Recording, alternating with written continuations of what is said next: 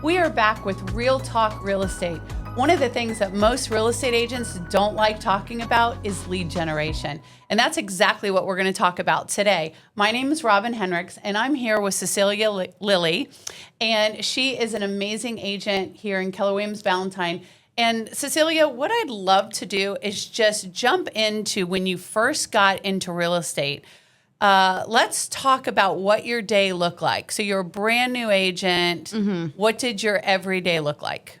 Yeah, so a lot of people get into real estate and they think, I have all this free time. I can make my own schedule. And I kind of took it into, all right, this is a new career that I don't know anything about. I'm going to just dive in and make this a true 9 to 5.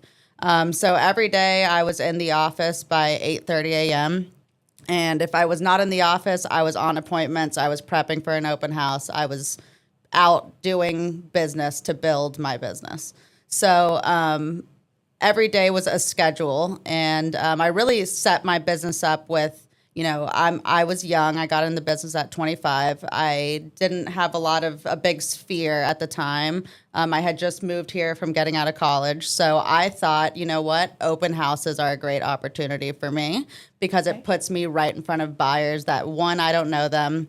They're walking off the street every day. I can build my database. So my weeks were surrounded by doing a big, it's like a 7-tier plan for doing a successful open house. And every single weekend for my first year and a half of being in the business, I was doing an open house. You were doing open houses. Sometimes did you do 1, 2, sometimes 3, usually it was a minimum of 1 a weekend. Okay. There were weekends that I was doing Saturday and Sunday. I would keep it to 1 a day, usually just to not burn myself out. But, there was no vacations planned during that time because, one, I couldn't afford it. Right. So, and I wanted to build my business. And I'm sure everybody has heard, do the grind in the beginning because it'll all build on itself and build over time. So I just, every single weekend I was doing an open house. And during the week, I was planning for that open house, whether it was circle prospecting a neighborhood, door knocking, which I know people don't door knock anymore, but, getting boots on the ground, going into the neighborhood, meeting the people there, and building a business that way. Well, that's very impressive, especially being 25 and just saying, you know what, I'm going to treat this. I think what I got most out of that was you treated it just like a normal job. You went to the office, you showed up. I'm guessing you got into training. Let's share about what that looked like, your training looked like from the very beginning. Yeah, so when I first got into the business, obviously I went through Ignite, which phenomenal training just in Ignite, but obviously you need so much more. These are, I'd never bought a house before. I know nothing about the process. So I did some initial training with Keller Williams Ballantyne, and then I decided for my own business, the right move for me was to join a team. So about 4 months into my business, I decided to join Kennedy Homes of the Carolinas, and joining a team put structure in my life, which I've always been, a team player growing up. I played 3 sports all year long, every year. So being on a team was good for me. And I like the structure of this is what you need to do to be successful. And if you just listen to your coach, do these things and implement, you will be successful. And so I had training and coaching through that team dynamic. Well, isn't a team just like any other business? If you think about it, I mean, any business that we think about is just a team. Yeah, exactly. So real estate should really be treated no differently. Yeah, and I think that's when I first got into the business, I was very, real estate it's an individual type business unless you're in the office every day, sitting in the hub, learning from others, which I was doing those things. But I think as you said, a team is just like any other office dynamic, right? Whether you're in finance, you have a team of people around you that are helping you, whether you're in marketing, whatever it may be. So for me, it was the structure and somebody implementing not rules, but a structure in my life to push me in the direction that I wanted to go. And that you needed. Yeah, right? exactly. So what we've learned from Cecilia is that open houses were your magic in the very beginning, and she did them at a 7th level. And if you don't know what the 7th level open house is, please just comment below and we'll be glad to share that with you.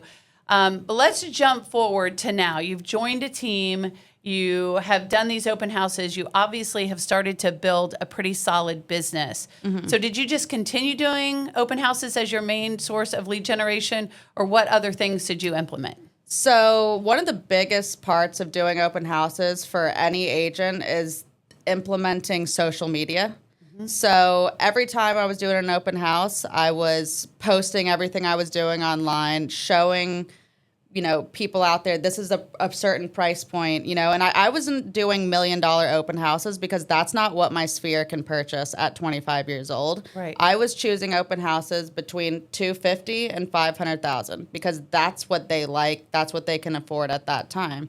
So now I do different open houses, more luxury, but then I was doing my open houses around what they could afford, posting it on social media and getting the word out there of what I was doing. And in turn, what that did was leads just started coming in to me from what I was posting. And I would have people send me direct messages, where's this house? And that's when a conversation would start of, it's on 123 Perfect Street in this neighborhood. These are the prices. And it leads to the conversation of, oh, well, we're looking to buy a house, right? So I kind of started building my network, and outside of just doing open houses and whatnot, at night or on the weekends, I was going out and spending time with my sphere and building that. And doing all these things together was basically, one, I was building a sphere. People knew what I did. When I'd go out, they were asking me about real estate, and then it was just like a snowball effect, to the point that now I don't do as many open houses, but I have a sphere that everyone knows what I do. They tell their friends about me. And I think that's the goal that every agent wants at some point, is the business eventually comes back to you, no matter kind of what you're putting out there, everybody knows you're that expert. And that was my ultimate goal, is I want to be the person, the expert that they come to and they think about when they think about real estate.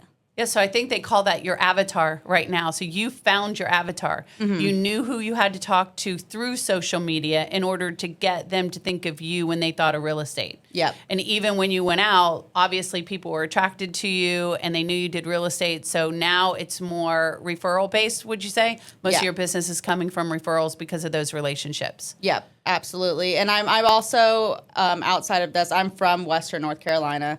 So I wanted to hold on to that sphere as well.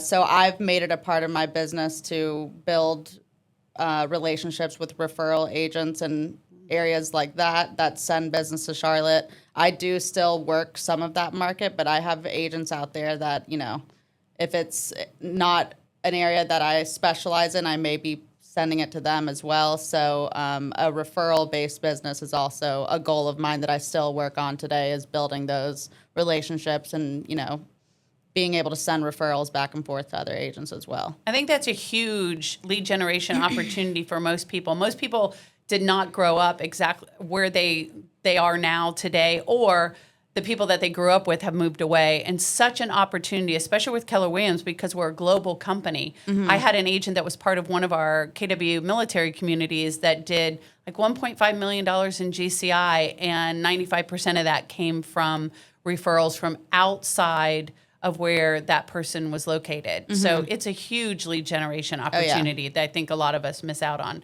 Absolutely. So just to wrap this all up, if you were to start real estate all over again, and you're sitting in the hub at Keller Williams Ballantyne and your 25-year-old self, what would you tell yourself then, now that you've been through this, you've had several years of experience, just to help the people that may be watching today?